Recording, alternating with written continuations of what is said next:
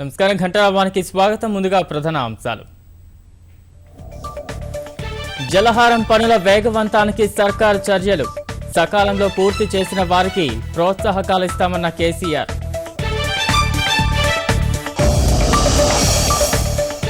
రక్తమోడిన రహదారులు, 8 మంది దుర్మరణం. పేర్వారం రాములు, 2 మనవళ్ల మృతి.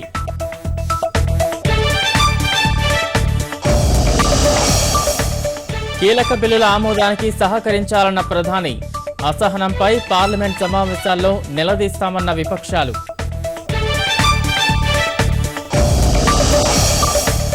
శాసనసభ స్థానాల పెంపు, హైకోర్టు విభజనపై పోరు ఆగదు.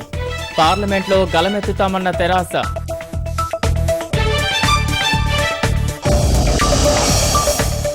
దేశం విడిచి వెళ్లే ఉద్దేశం లేదన్న ఆమిర్ ఖాన్. అసహనంపై వ్యాఖ్యలకు కట్టుబడి ఉన్నానని వివరణ.